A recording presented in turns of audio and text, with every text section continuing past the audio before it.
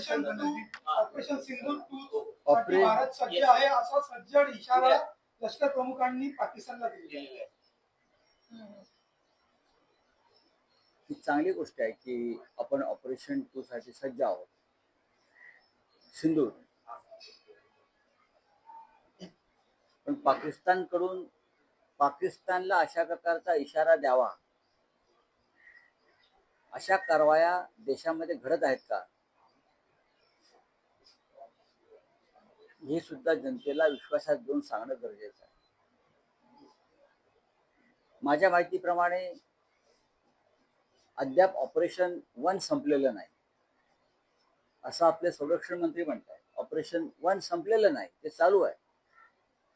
जोपर्यंत दहशतवादाचा पूर्ण बिमोड होत नाही तोपर्यंत ऑपरेशन 1 चालू राहील.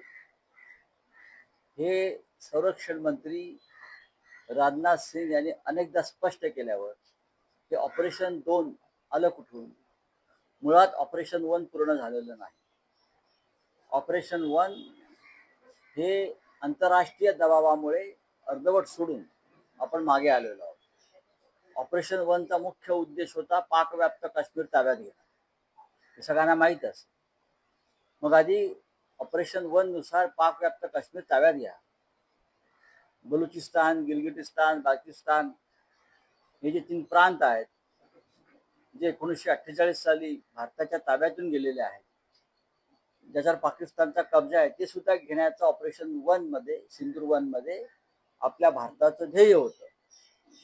या सगळ्यावरती अद्याप कारवाई झालेली नाही आणि ऑपरेशन 2 ची घोषणा लष्कर प्रमुख करतायत. याचा अर्थ काही लोकसभा निवडणुकांची तयारी सुरू आहे का?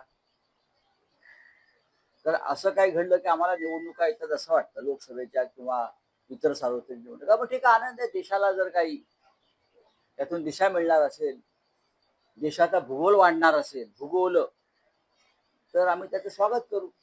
अभिषेक बॅनर्जी पश्चिम बंगालमध्ये काल जो प्रकार घडला, तृणमूल काँग्रेसचे सरचिटणीस विद्यमान खासदार जे एकदा नाही अनेकदा खासदार झालेले आहे, पश्चिम बंगालच्या माजी मुख्यमंत्री, त्याला पश्चिम बंगालची शेरनी म्हटलं जातं, अशा ममता बॅनर्जी यांचे पुत्रवत असलेले भाचे अभिषेक बॅनर्जी यांच्यावर ज्या पद्धतीनं भारतीय जनता पक्षाच्या सरकारने हल्ला घडवला त्याचा धिक्कार करावा तेवढा थोडा. विद्यमान खासदाराला एका पक्षाच्या राष्ट्रीय पक्षाच्या सरचिटणीसाला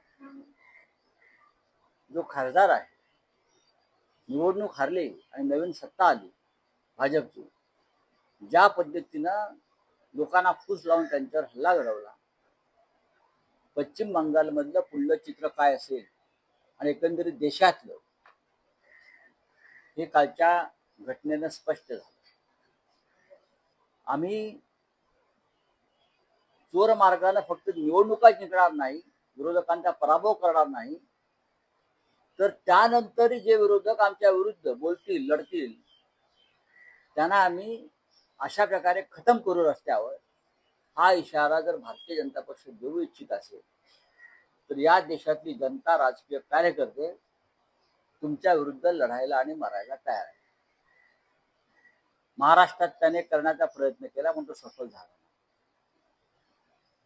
आसाममध्ये सुद्धा याच पद्धतीनं त्यांचा कारभार सुरू आहे आणि पश्चिम बंगालमध्ये जे विष ते पेरतायत यात त्यांचाच बळी गेल्याशिवाय राहणार नाही. अभिषेक बॅनर्जी यांच्यावरच्या हल्ल्याचं ज्याने चित्रण पाहिलंय त्यांना कळेल, अनुभव येईल की किती गंभीर परिस्थिती पश्चिम बंगालमध्ये उद्भवली आहे. पंतप्रधान मोदींच्या आव्हानाला इंधन बचतीच्या माहितीच्याच मंत्र्यांकडनं 13ची टोपी दाखवली गेली आहे. हेलिकॉप्टरसह 22 गाड्यांचा ताफा मंत्री संजय राठोड यांचा पाहायला मिळाला. मग कारवाई करा. प्रधानमंत्र्यांचे आदेश पाळले जात नसतील, राज्याचे मुख्यमंत्री देवेंद्र फडणवीस यांचे आदेश पाळले जात नसतील मंत्र्याकडून, तर देवेंद्र फडणवीसांना अधिकार आहे त्यांना बडतर्फ करण्याचा. त्यांनी करावं, त्यांना कारवाई करावी आणि जनतेला आदर्श घालून द्यावा, एवढंच मी सांगेन. स्वतः मुख्यमंत्र्यांच्या पत्नी आमच्या अमृता वहिनी या सायकलवर फिरतायत ना. आणि फडणवीसांच्या कॅबिनेट मधले मंत्री 25-50 गाड्यांचा ताफा हेलिकॉप्टर सह फिरतायत. ही तफावत जनतेला अस्वस्थ करतो. त्याच्यामुळे मुख्यमंत्र्यांनी त्यांना बडतर्फ केलं पाहिजे अशा मंत्र्यांना, कोणी असतील. मला त्याच्याविषयी फार कमी माहिती आहे, कारण हा एक तांत्रिक विषय आहे. हा सरकार आणि जरांगे पाटील यांच्यातूनच चर्चेतून सुटेल, अन्य कुणी याच्यावर चर्चा माजी मंत्री प्राजक्त तनपुरे यांनी आपण पाहिलं होतं की पोटनिवडणुकीच्या वेळेला माघार घेतली होती आणि त्यांनी भाजपमध्ये प्रवेश केला. मी त्यांना राजकीय श्रद्धांजली वाहतो. राजकीय शब्द काय माझा, मी अशा लोकांना नेहमी राजकीय श्रद्धांजली वाहतो. तुम्हाला नवीन मार्ग दिसलेला आहे, तुम्ही नवीन मार्गात गेलेला आहात, तुम्ही सुखात राहा, परत आमच्या दारात येऊ नका.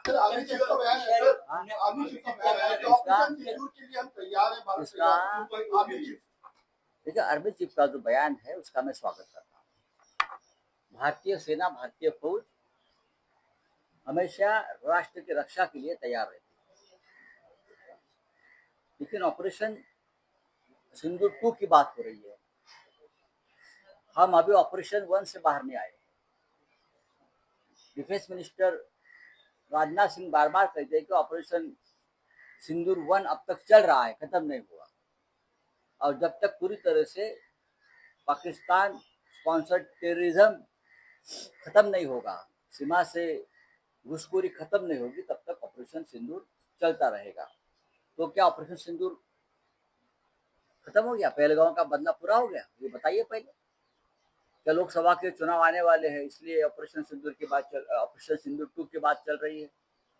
हम तो तैयार है, हमें मालूम है, हमारे फौज पर पूरा विश्वास है, डिफेंस मिनिस्टर पर विश्वास है, आर्मी चीफ पर विश्वास है. लेकिन कुछ क्लेरिफिकेशन जनता को चाहिए. ऑपरेशन सिंदूर 1 पूरा हो गया, क्योंकि राजनाथ सिंह जो हमारे रक्षा मंत्री है वो कहते हैं कि पूरा नहीं हो गया है, तो चलेगा. अंतर्राष्ट्रीय दबाव में हमने ऑपरेशन सिंदूर को पीछे लिया है. ऑपरेशन सिंदूर जब शुरू हुआ तो हमारी बात ही चल रही थी, पाक ऑक्युपाइड कश्मीर हम लेके आएंगे. गिलगिटिस्तान और बाल्टिस्तान वगैरह जो एरिया है वो लेके आएंगे. तो क्या पूरा हो गया? वो हमारा जो मकसद था ऑपरेशन सिंदूर 1 का, वो पूरा हो गया? पहले ये पूरा करिए. पीओके लेके आइए, वहाँ तिरंगा या जय श्री राम का झंडा आप लहराइए. फिर वो जो दूसरा एरिया है जो 1948 में चला गया था हमसे, वो लेके आइए, वहाँ भी अपना झंडा लगाइए. बाद में पूरा पाकिस्तान लेने के लिए आप ऑपरेशन का जो सिंदूर 2 है वो चालू कर लीजिए. हाँ, हमारा पूरा विश्वास है नरेंद्र मोदी के ऊपर.